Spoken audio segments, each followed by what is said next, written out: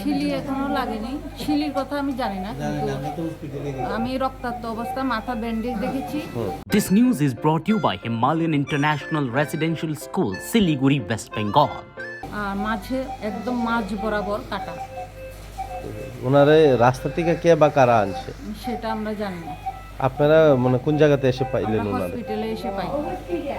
আচ্ছা, মানে আধিকারিক পুলিশের কেউ আছেন কি বা? আছেন আছেন, মানে- দুজন আধিকারিক ছিলেন। আচ্ছা, এখন কোথায় ওরা? এখন ওরা বিলোনিয়াতে আছে। তারা কোনো কিছুই বলেনি, তারা শুধু বলেছে মাথা ঘুরে পড়ে গেছে, এতটুকু জানায় আমাদের, আর কিছু জানায়নি। আপনার কাছে কি মনে হচ্ছে? আমার কাছে সন্দেহ হতে আছে হুম। কোনো কিছু কেউ আঘাত করেছে।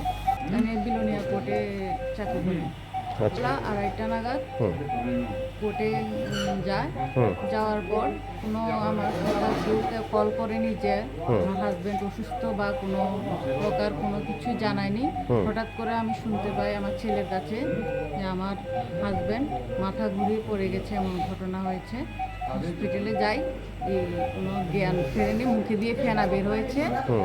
প্রচণ্ড ফেনা আর রক্ত বের হয়েছে।